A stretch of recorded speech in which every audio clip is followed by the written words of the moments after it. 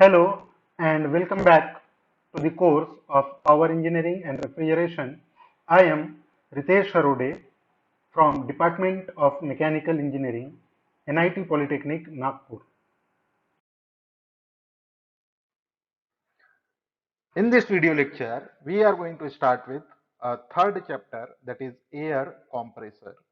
Our topic for this video lecture is introduction to air compressor. So इस video lecture में हम लोग air compressor के basics के बारे में पढ़ेंगे। तो सबसे पहले हम लोग शुरुआत करेंगे फंडामेंटल्स ऑफ एयर compressor के बारे में।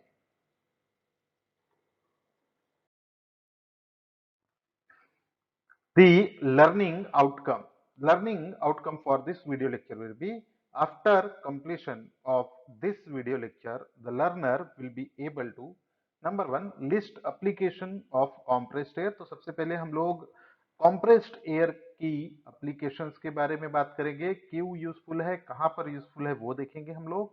उसके बाद हम लोग देखेंगे define and classify air compressor। तो एयर compressor क्या होता है, कितने टाइप्स के एयर compressor होते हैं, वो हम लोग पढ़ने वाले हैं। And the last outcome of this video lecture will be explain the working of given compressor with neat sketch. So इस पूरे चैप्टर में हम लोग डिफरेंट डिफरेंट टाइप्स के कंप्रेसर्स के बारे में पढ़ने वाले हैं और उनका बेसिक आउटपुट कितना होता है, काम कैसे करते हैं, कंस्ट्रक्शन कैसा होता है, इन सारी चीजों के बारे में हम लोग इस वीडियो लेक्चर में पढ़ने वाले हैं।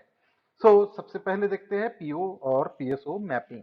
तो यहाँ सबसे पहला पीओ बेसिक नॉलेज मैप होता है, उसके बाद मैप होता है डिसिप्लिन नॉलेज, फिर एक्सपेरिमेंट एंड प्रैक्टिस और इंजीनियरिंग टूल्स एंड इक्विपमेंट। यहाँ पे क्या होगा, इस वीडियो को पढ़ने से हमारे बेसिक नॉलेज बढ़ने वाला है, इसीलिए हमने PO1 यानी बेसिक नॉलेज मैप किया है।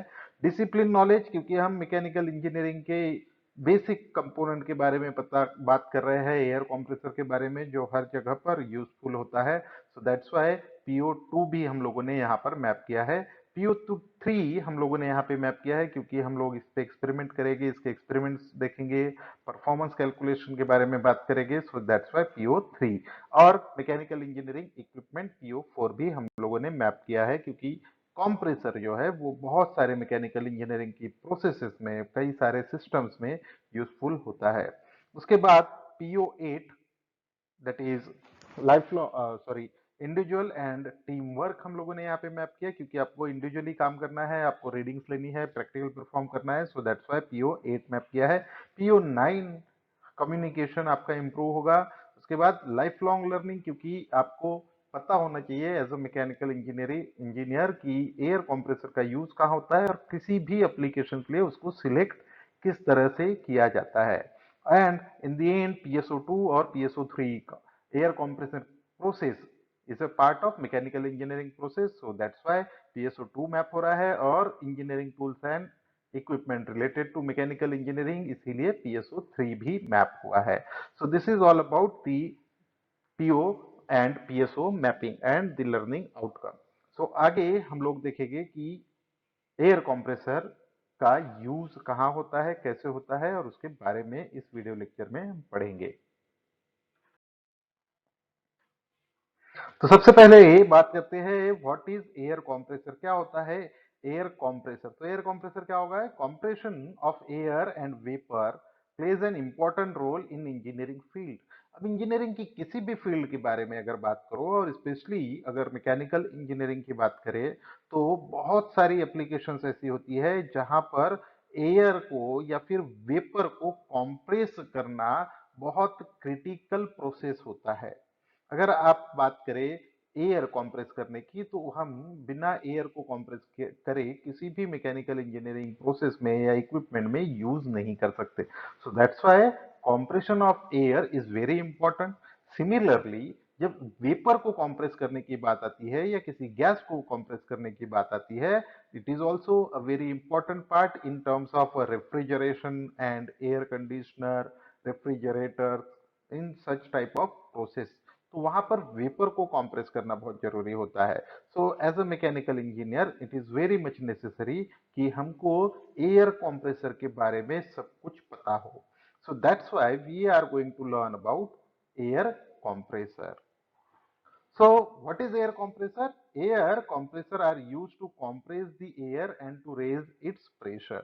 बेसिक जैसे कि नाम लिखा है एयर कंप्रेसर, एक टाइप का डिवाइस होता है जिसका काम क्या है, एटमॉस्फेयर से एयर लेना, उसको कंप्रेस करना, और किसी भी चीज को कंप्रेस करेंगे तो क्या होगा, उसका प्रेशर इंक्रीज होगा। सो that is the basic component. Air compressor का यूज क्या है, compress the air and raise its increase the pressure of that air. Then next is the air compressor, क्या काम कर रहा है, sucks the air from atmosphere, atmosphere से air सक करता है, इनलेट करता है। अब एटमॉस्फेयर से एयर आएंगी तो वो एटमॉस्फेरिक प्रेशर पे आएगी, फिर एयर कंप्रेसर उसको कंप्रेस करता है और उसको डिलीवर करता है अंडर अ हाई प्रेशर। यानी आपकी रिक्वायरमेंट क्या है, एयर एट हाई प्रेशर। हमारी रिक्वायरमेंट है अलग अलग प्रोसेस में अलग अलग प्रेशर के ऊपर आपको एयर की जरूरत पड़ती है। सो कंप्रेसर वो काम करता है।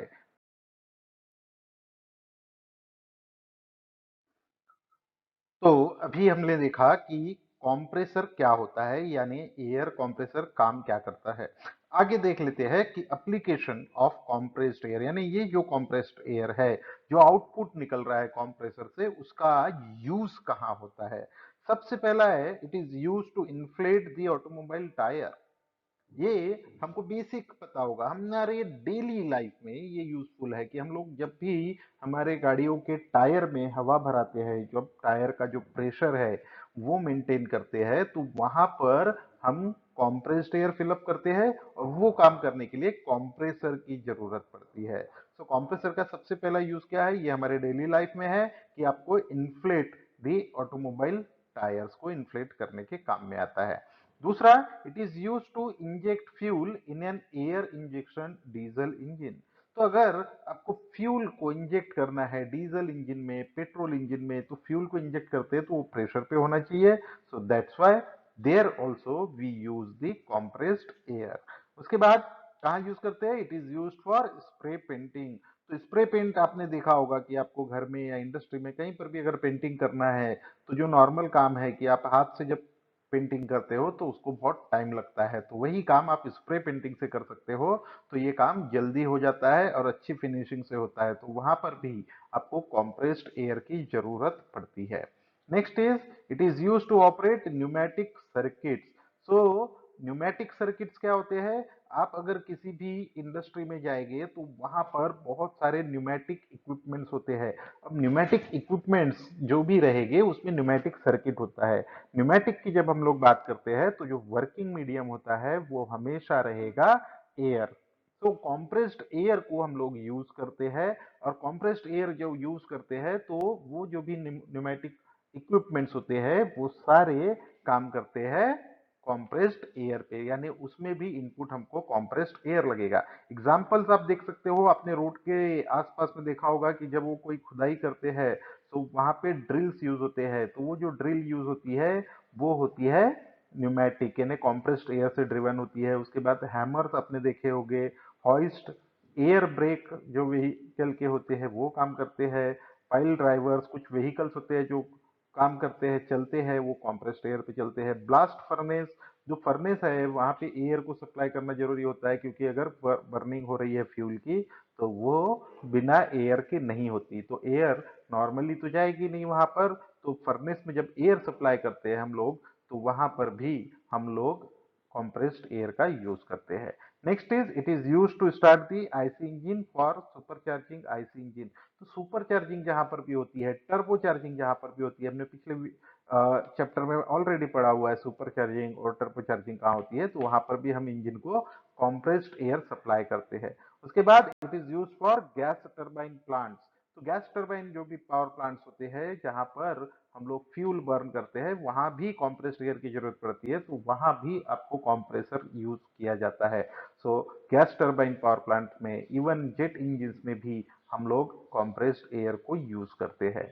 Next is, it is use for cleaning purpose. तो आपको अगर कोई जगह साफ करनी है, इंडस्ट्री में बड़ी बड़ी जगह होती है, उनको क्लीनिंग करने के लिए, मशीन क्लीन करने के लिए, वहां भी हम लोग कॉम्प्रेस्ड एयर का यूज करते हैं।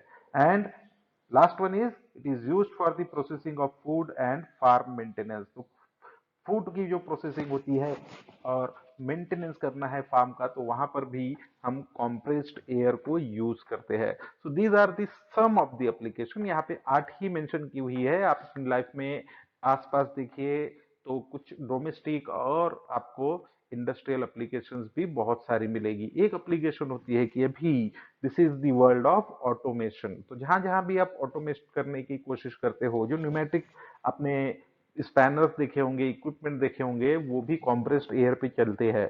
तो ऑटोमेशन जहां पर भी हो रहा है वहां पर सबसे ज्यादा इंपॉर्टेंट चीज होती है कॉम्प्रेस्ड एयर। तो कॉम्प्रेस्ड एयर को हम लोग यूज करते हैं कई सारे ऑटोमेशन प्रोसेस के अंदर। So this is the all about application of compressed air.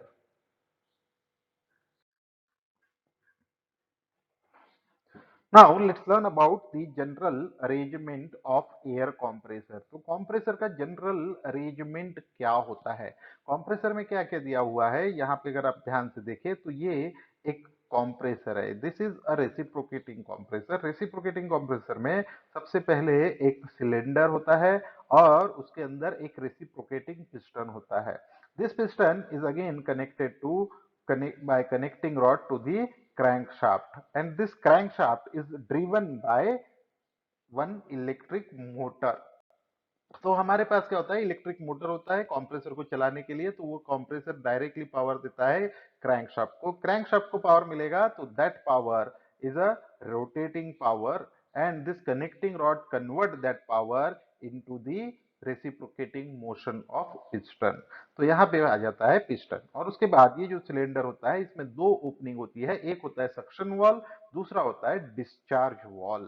तो ये दो वॉल लगे हुए रहते हैं यहाँ पर। और उसके बाद एक एयर फिल्टर। तो जब भी ये पिस्टन के दो स्ट्रोक होते हैं कंप्रेसर में, एक होता है टीडीसी टू बीडीसी और फिर दूसरा बीडीसी टू टीडीसी। इसको हम लोग बोल सकते हैं कि एक डाउनवर्ड स्ट्रोक और एक अपवर्ड स्ट्रोक।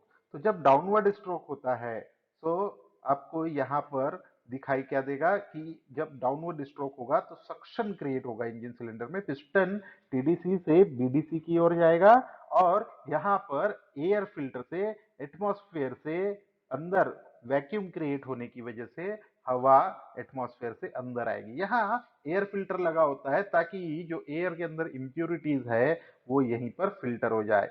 तो फिल्टर होके एयर एटमॉस्फेयर से इंजन सिलेंडर के अंदर आती है। पिस्टन बीडीसी पे पहुंचता है और फिर शुरू होता है अपवर्ड स्ट्रोक। जब अपवर्ड स्ट्रोक शुरू होता है तो दोनों वॉल बंद होते हैं और ये पिस्टन ऊपर जाने लगता है।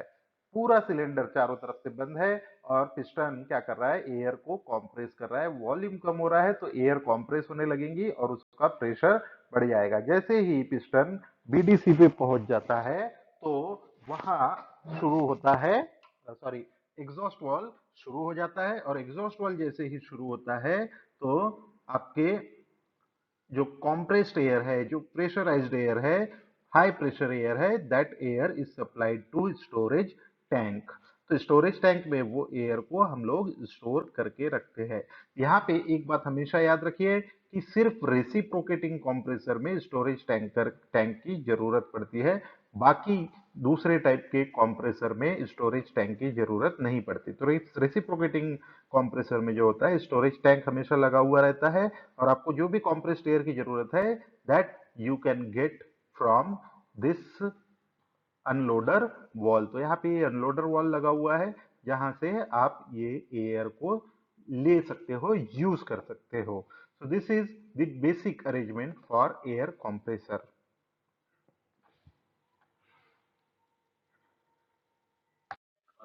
Now we are going to learn about the classification of compressor. So compressor के बहुत सारे टाइप्स होते हैं। सबसे पहले जो compressor होता है वो दो पार्ट में डिवाइड किया जा सकता है on the basis of the it's motion. यानी कंप्रेसर काम किस तरह से कर रहा है तो उसमें दो चीजें आती है, एक होता है positive displacement compressor and the next one is dynamic compressor. Positive displacement compressor में मोशन की वजह से, यानी कंप्रेशन का जो प्रोसेस है वो किस तरह से किया जा रहा है उसके बेसिस पे कंप्रेसर दो टाइप पे डिवाइड होता है। एक होता है reciprocating compressor and the next one is rotary compressor. तो रेसिप्रोकेटिंग कंप्रेसर को अगर देखा जाए तो रेसिप्रोकेटिंग कंप्रेसर के भी तीन बेसिक टाइप होते हैं। एक होता है सिंगल एक्टिंग कंप्रेसर, दूसरा होता है double acting compressor and the next one is diaphragm type compressor. Reciprocating compressor में अगर देखें तो जो पिस्टन सिलेंडर अरेंजमेंट वाला कंप्रेसर होता है उसमें दो टाइप आपको देखने के लिए मिलेंगे, एक सिंगल एक्टिंग और डबल एक्टिंग कंप्रेसर। तो ये दोनों जो कन्वेंशनल पिस्टन सिलेंडर अरेंजमेंट वाले कंप्रेसर है तो उसमें सिंगल एक्टिंग और डबल एक्टिंग कंप्रेसर दिखाई देगा। The next one is diaphragm type. Diaphragm type में क्या होता है कि एक डायफ्राम स्प्रिंग लगी हुई होती है जो रेसिप्रोकेट होती है एयर को कंप्रेस करने के लिए, so that come under the reciprocating type. वहीं अगर पॉजिटिव डिस्प्लेसमेंट का दूसरा टाइप देखें तो वो होता है रोटरी कंप्रेसर। जैसे कि नाम में लिखा हुआ है रोटरी, यहाँ पर जो एयर कंप्रेस होंगी वो पॉजिटिव डिस्प्लेस होंगी, यानी पॉजिटिव डिस्प्लेसमेंट होगा एयर का और फिर वो कंप्रेस होंगी, लेकिन जो मोशन रहेगा वो रोटरी मोशन होगा। तो इसमें there are 5 type of compressor. सबसे पहला होता है लोब कंप्रेसर, उसके बाद आता है vane compressor, screw and liquid ring and then finally scroll type of compressor. Next is dynamic compressor. Dynamic compressor ऐसी जगह पर यूज होता है जहां पे आपको low pressure but high amount of air is required. तो इसके बेसिक दो टाइप होते हैं, एक होता है सेंट्रीफ्यूगल और दूसरा एक्सियल। तो ये था the basic classification of compressor. So these are the different types of compressor which we are going to learn about in this video lecture in this particular chapter. So आगे हम लोग एक एक कंप्रेसर का construction और working के बारे में भी पढ़ेंगे। तो सबसे पहला जो हम यहाँ पे देखने वाले हैं वो है रेसिप्रोकेटिंग एयर कंप्रेसर। नाम जैसे कि है रेसिप्रोकेटिंग यानी एयर को कंप्रेस करने वाला, पर कंप्रेस करने के लिए जो मोशन यूज हो रहा है वो कैसा है, रेसिप्रोकेटिंग मोशन है। So in this what we are having, हम यहाँ पे हमारे पास सेटअप लगा हुआ है। तो यहाँ हमारे पास होता है एक पिस्टन और सिलेंडर अरेंजमेंट। ये जो पिस्टन सिलेंडर अरेंजमेंट है यहाँ पर दो वॉल लगे हुए रहते हैं, एक को हम बोलते हैं सक्शन वॉल और दूसरे को हम बोलते हैं डिस्चार्ज वॉल या आउटलेट वॉल। तो यहाँ पर क्या है, हमारे पास सिलेंडर और पिस्टन अरेंजमेंट है। ये जो पिस्टन है ये कनेक्टिंग रॉड के थ्रू एक क्रैंक शाफ्ट के ऊपर कनेक्ट होता है। क्रैंक शाफ्ट को हम लोग पावर सप्लाई करते हैं, यानी एक मोटर से उसको रोटेट करते हैं। So this is the input. अब आपको कंप्रेसर चाहिए, आपको क्या चाहिए, नॉर्मल एटमॉस्फेरिक एयर को कंप्रेस करना है, यानी एटमॉस्फेरिक प्रेशर पे आपको एयर इनपुट करना है और उसको हाई प्रेशर पर सप्लाई करना है। तो उसी लिए आपको क्या जरूरत पड़ेगी, वर्क अप्लाई करना पड़ेगा। So that's why a motor is required to run the compressor. तो कंप्रेसर को चलाने के लिए मोटर की जरूरत पड़ती है, इलेक्ट्रिक मोटर की, या फिर आप डीजल इंजन या पेट्रोल इंजन भी यूज कर सकते हैं। But most of the time हम लोग यहाँ पर पेट्रोल इंजन सॉरी एक इलेक्ट्रिक मोटर यूज करते हैं। तो यहाँ इलेक्ट्रिक मोटर जो है वो डायरेक्टली क्रैंक शाफ्ट को कनेक्ट होती है।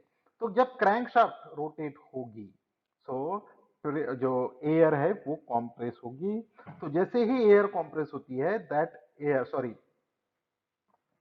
सो जब क्रैंक रोटेट होगा तो इसका जो मोशन है वो ट्रांसफर होगा पिस्टन को और पिस्टन रेसिप्रोकेट होगा सिलेंडर में। तो पिस्टन में दो स्ट्रोक होते हैं, एक अपवर्ड स्ट्रोक और एक डाउनवर्ड स्ट्रोक। जब पिस्टन टीडीसी से बीडीसी की ओर जाएगा यानी डाउनवर्ड स्ट्रोक होगा तो क्या होगा, इंजन सिलेंडर के अंदर सक्शन क्रिएट होगा और ये जब सक्शन क्रिएट होगा तो इस सक्शन वॉल ओपन होता है और एटमॉस्फेरिक एयर इंजन सिलेंडर के अंदर आती है। ये जो वैक्यूम क्रिएट हो रहा है वो क्या करता है, एटमॉस्फेरिक एयर को अंदर सक करता है। तो जब एयर अंदर सक होती है तो उसको एक एयर फिल्टर से पास करते हैं ताकि उसके अंदर जो वॉल्यूमेट्रिक जो सस्पेंडेड पार्टिकल्स है, जो डस्ट पार्टिकल्स है या इम्प्यूरिटीज है वो यहाँ पर फिल्टर हो जाए। तो वो फिल्टर्ड एयर इंजन सिलेंडर के अंदर ट्रेवल करती है। फिर जैसे ही इंजन जो आपका पिस्टन बीडीसी पे पहुंच जाएगा और फिर वापस टीडीसी पे जाना शुरू करेगा तो सक्शन वॉल बंद हो जाएगा, एग्जॉस्ट वाल्व भी बंद रहेगा, यानी डिस्चार्ज वाल्व भी बंद रहेगा और फिर कॉम्प्रेस होना शुरू होगा, जो पिस्टन है वो टीडीसी के ऊपर जाएगा तो वॉल्यूम कम होने लगेगा, वॉल्यूम कम होगा तो एयर कॉम्प्रेस्ड होगी यानी उसका प्रेशर बढ़ जाएगा। उसके बाद पिस्टन टीडीसी पे पहुंचेगा और फिर ये जो डिस्चार्ज वाल्व है वो ओपन होगा, क्योंकि डिस्चार्ज वाल्व इस हिसाब से डिजाइन किया होता है कि वो एक पर्टिकुलर प्रेशर पर ही ओपन होता है।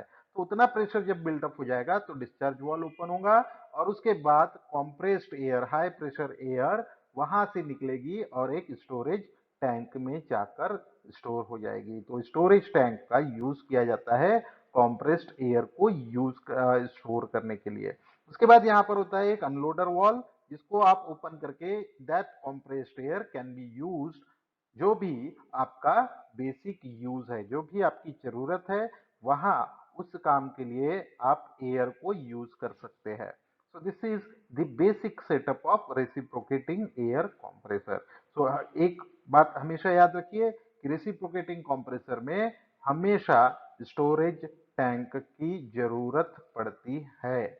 So this is the construction of air compressor, reciprocating air compressor.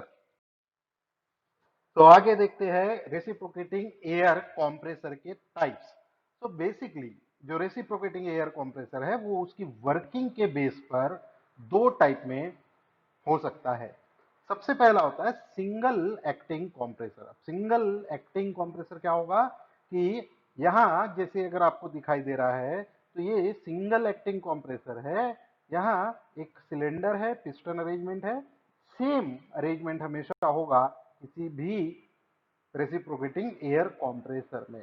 इस कंप्रेसर में क्या हो रहा है, पिस्टन के दो मोमेंट है, एक रिवॉल्यूशन ऑफ क्रैंकशाफ्ट में पिस्टन के दो स्ट्रोक होते हैं और दो स्ट्रोक में एक बार आपको डिस्चार्ज मिलता है, यानी a compressor in which only one discharge is possible in one revolution of crankshaft. यानी एक बार जो क्रैंकशाफ्ट का रिवॉल्यूशन होता है, यानी दो पिस्टन के स्ट्रोक पर एक बार जब आपको डिस्चार्ज मिलता है, कॉम्प्रेस्ड एयर मिलती है, तो उस टाइप का जो कॉम्प्रेसर होता है वो सिंगल एक्टिंग कॉम्प्रेसर होता है। तो यहाँ पे अगर इस वर्किंग में आप ध्यान से देखेंगे तो ये देखिए पिस्टन का मूवमेंट टीडीसी से बीडीसी और फिर वापस बीडीसी से टीडीसी, दो स्ट्रोक और डिस्चार्ज कितने बार, एक ही बार मिलेगा। यानी पिस्टन के सिर्फ एक ही साइड में वर्किंग हो रही है, यानी जो भी कंप्रेसर की वर्किंग है सक्शन और डिस्चार्ज वो पिस्टन के एक ही साइड हो रहा है। दैट्स व्हाई नाम है सिंगल एक्टिंग कंप्रेसर। क्लियर। तो दूसरा देखते हैं, दूसरा क्या होगा, डबल एक्टिंग कंप्रेसर। और जब डबल एक्टिंग कंप्रेसर की बात हम करते हैं तो क्या होगा, पिस्टन के दोनों साइड सक्शन भी होगा और डिस्चार्ज भी होगा, यानी पिस्टन दोनों साइड एक्ट करेगा as a compressor. So that is known as double acting compressor. यहां पर अगर आप ध्यान से देखें तो यहां अरेंजमेंट थोड़ा सा डिफरेंट है।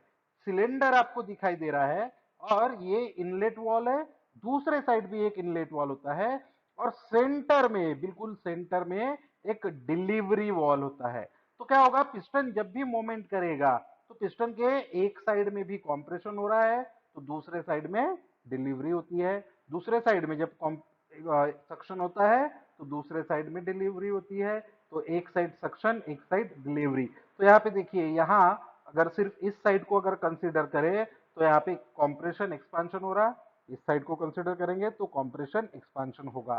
तो क्या हो रहा है, पिस्टन के दोनों साइड में it is acting as a compressor, so that's why it is known as reciprocating compressor। और कौन सा टाइप का, डबल एक्टिंग compressor।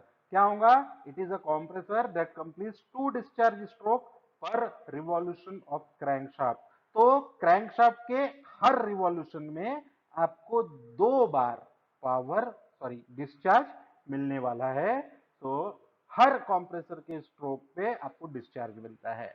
ऐसे टाइप के जो कंप्रेसर होते हैं उसे कहते हैं double acting compressor. So this is all about the two types of compressor, single acting compressor, double acting compressor. तो यहां पर देखकर आप इसकी बेसिक वर्किंग को समझ सकते हैं। आगे देखते हैं कि इन वर्किंग, जो कंप्रेसर की वर्किंग होती है, रेसिप्रोकेटिंग एयर कंप्रेसर की जो वर्किंग होती है, उसका पावर आउटपुट किस तरह से कैलकुलेट किया जा सकता है, और वो हम लोग देखेंगे बाय पीवी डायग्राम।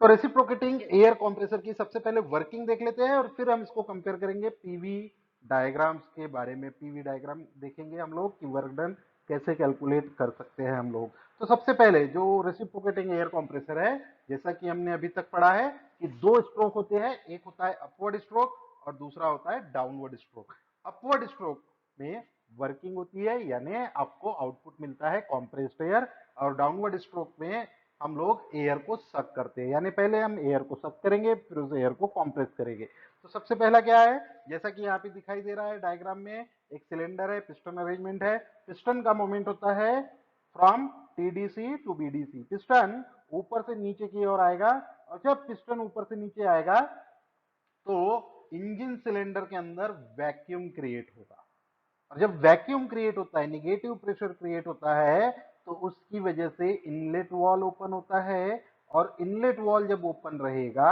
और अगर अंदर वैक्यूम है तो एटमॉस्फेरिक एयर इंजन सिलेंडर के अंदर आएगी, and this is known as suction of air. So air पूरे इंजन सिलेंडर को फिल कर देती है, और ये एयर कौन से टाइप की होती है, ये एयर होती है एटमॉस्फेरिक एयर, यानी उसका जो प्रेशर होगा वो एटमॉस्फेरिक प्रेशर पर होगी।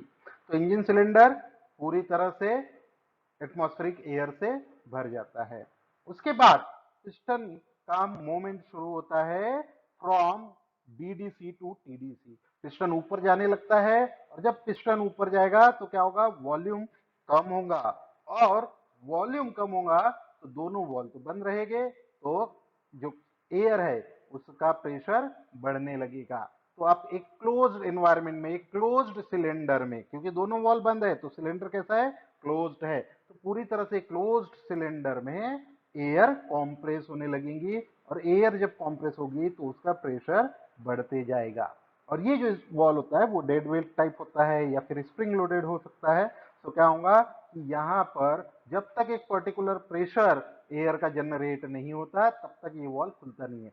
पिस्टन टीडीसी पर आता है, और फिर प्रेशर जनरेट होने की वजह से, कॉम्प्रेस्ड एयर होने की वजह से ये वॉल ओपन होता है, and then this compressed air is supplied to reservoir.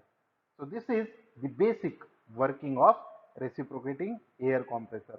एक एनिमेशन देख लेते हैं जिसमें आपको इसकी वर्किंग समझ में आएगी, तो आप इसको देखिए ध्यान से। तो आपको यहाँ पे पिस्टन दिखाई देगा, इनलेट वॉल कब ओपन हो रहा है, एग्जॉस्ट वॉल कब ओपन हो रहा है, जो ब्लू कलर में दिखाई दे रहा है वो है एटमॉस्फेरिक एयर आ रही है, and when it is compressed it is supplied to the reservoir. So this is the working of reciprocating air compressor. So this is all about the basic working of reciprocating air compressor. अब इसी process को हम लोग PV diagram के ऊपर represent करेंगे। So we have come to the end of this video lecture. So आखिरी में एक बार डिस्कस कर लेते हैं कि इस वीडियो लेक्चर में हम लोगों ने क्या क्या पढ़ा। So the basic outcome of this video lecture, ये वीडियो लेक्चर आप पढ़ने के बाद आप क्या क्या कर सकते हैं, आप कंप्रेसर की डेफिनेशन लिख सकते हैं, you can define the definition of air compressor. दूसरी चीज जो आप लोग कर सकते हैं वो है क्लासिफाई द एयर कंप्रेसर। आप एयर कंप्रेसर की को क्लासिफिकेशन भी लिख सकते हैं, उसको क्लासिफाई कर सकते हैं। नेक्स्ट चीज जो हम लोगों ने पढ़ी है वो पढ़ी है working of single stage reciprocating air compressor. तो आपको सिंगल स्टेज एयर कंप्रेसर का डायग्राम, ब्लॉक डायग्राम बनाना आना चाहिए। उसमें आप पिस्टन सिलेंडर अरेंजमेंट बनाएंगे, रिजर्वायर बनाएंगे, इनलेट एग्जॉस्ट इनलेट और आउटलेट वॉल को भी दिखाएंगे। तो इस तरीके से आप लोग इस क्वेश्चन का भी आंसर लिख सकते हैं। बात कर लेते हैं पीओ और पीएसओ मैपिंग की। तो सबसे पहले पीओ 1 मैप हो रहा है, क्योंकि यहाँ पे आप बेसिक चीजों के बारे में पढ़ा है, आपको डायग्राम ड्रॉ कर रहे हैं, हमने कुछ फार्मूलेज पढ़े थे, सो दैट्स व्हाई बेसिक इंजीनियरिंग हम लोगों ने मैप किया। दूसरा हमने मैप किया डिसिप्लिन नॉलेज, क्योंकि ये मैकेनिकल इंजीनियरिंग का कोर टॉपिक है, तो आपका कोर नॉलेज एनहांस होगा, तो इसीलिए पीओ 2 मैप किया है। Engineering and practice experiment and practice हम लोगों ने मैप किया है, जिसके ऊपर हम लोग कंप्रेसर पे ट्रायल भी लेंगे, तो इसीलिए PO3 मैप होता है। PO4 मैप हो रहा है क्योंकि जो एयर कंप्रेसर है वो मैकेनिकल इंजीनियरिंग का एक इम्पॉर्टेंट इक्विपमेंट है। तो उसके बाद आपकी मैपिंग आती है PO8, PO9 और PO10। तो PO8 होता है इंडिविजुअल एंड टीम वर्क, तो वो मैप दिया है। कम्युनिकेशन मैप हुआ है। लाइफ लॉन्ग लर्निंग, क्योंकि कंप्रेसर मैकेनिकल इंजीनियरिंग के किसी भी इंडस्ट्री में अगर आप काम करें तो वहां पर यूजफुल प्रोडक्ट है, यूजफुल इक्विपमेंट है, सो दैट्स व्हाई PO10 भी मैप होता है। आखिरी में PSO2 और PSO3 यानी मैकेनिकल इंजीनियरिंग प्रोसेसेस और मैकेनिकल इंजीनियरिंग इक्विपमेंट्स को भी हम लोगों ने यहाँ पर मैप किया है। So this is all about the mapping of this video lecture. So this in this way we have summarized this particular video lecture. So in the next video lecture we are going to learn about the PV diagram of single stage compressor, and then we are going to know how we can calculate the work done in the work done of air compressor. So till then keep learning. Thank you.